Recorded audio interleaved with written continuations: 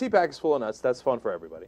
And then Beck and O'Reilly. O'Reilly, very surprising. Beck, not surprising. But you know what? Let's do O'Reilly first, because we can do it in this segment. Okay. O'Reilly threw us for a loop. He's talking about CPAC, and he comes out kind of defending Obama and telling the conservatives at CPAC, hey, take it easy. So let's show you the clip and come back and talk about it. Obama. That is the subject of this evening's Talking Points memo. The Conservative Political Action Conference opened its annual convention in Washington today with some of the biggest names on the right in attendance. And what has bound them together so far is President Obama. I think 2010 is going to be a phenomenal year for the conservative cause, and I think Barack Obama is a one-term president. Just because you're good on TV doesn't mean you can sell socialism to freedom-loving Americans. And while we're sending messages to President Obama today, here's one more. Stop apologizing for this great nation and start defending her.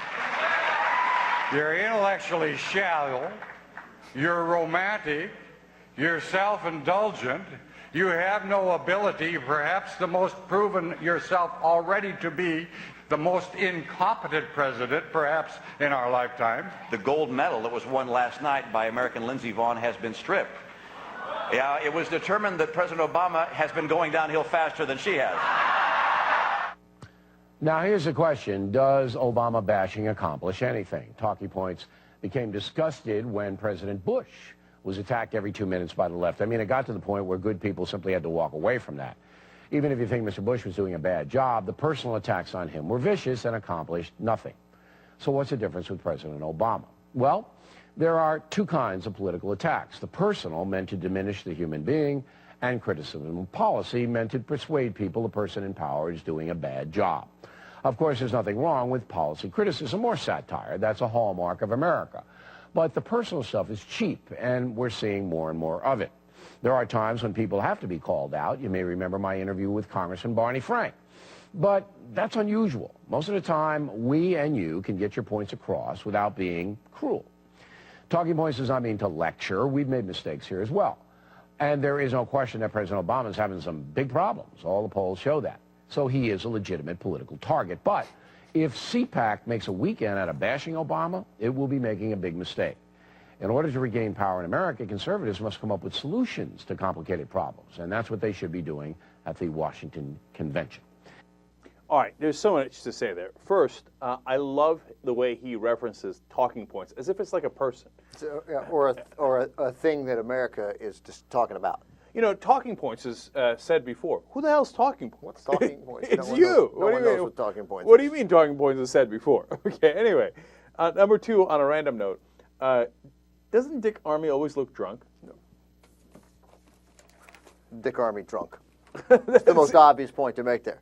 And he, not only was he slurring his words, but they didn't match up. When we come back, we got to get Jesus to cue up the Dick Armey part again. There's no question. Or I mean, we'll feel bad if something's like wrong with him. Yeah, maybe. But look, he sounded like he was on the Oakland AC bus system, and he's like, and look how he's talking about this incompetent guy. He mixed the colors with the whites in the laundry, and he's terrible. And let's have another round. And you're like, Dick, pull it together. Those things don't connect to one another. And you know, Bill O'Reilly is just a brilliant communicator.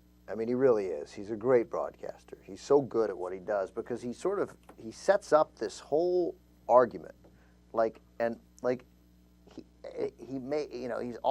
like an outline for school, a brilliant outline. You know, you got the Roman numeral 1 and the big A, and then the regular 1, and then the little a, b, you know, and it's all sort of leading, and you present it to the teacher, but there's no points underneath.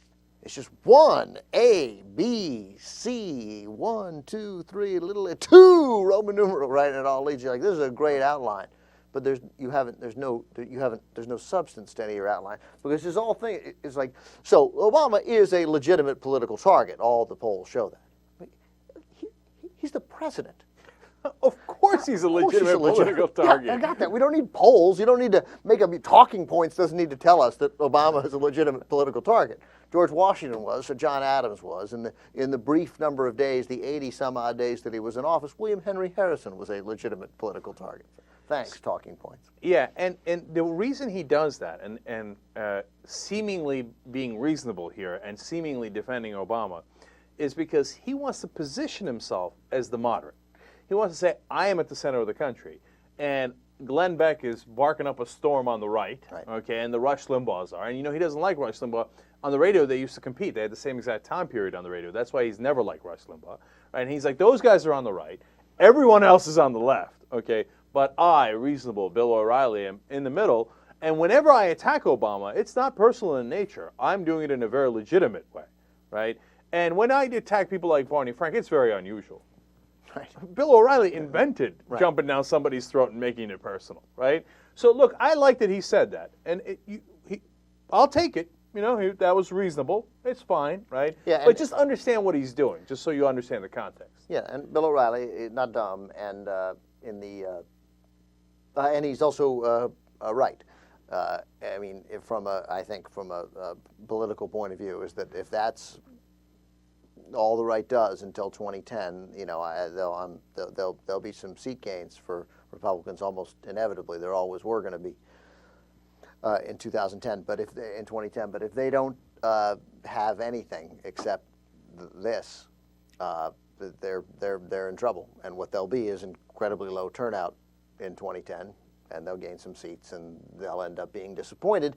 And it will be reflected that way because the storyline has already been set up, as we've already seen. My God, the Democrats might lose their majority in the Senate in 2010, and when they come out of that, up 57-43, there'll only be one storyline to take, as well, it's kind of actually a disappointing day for Republicans.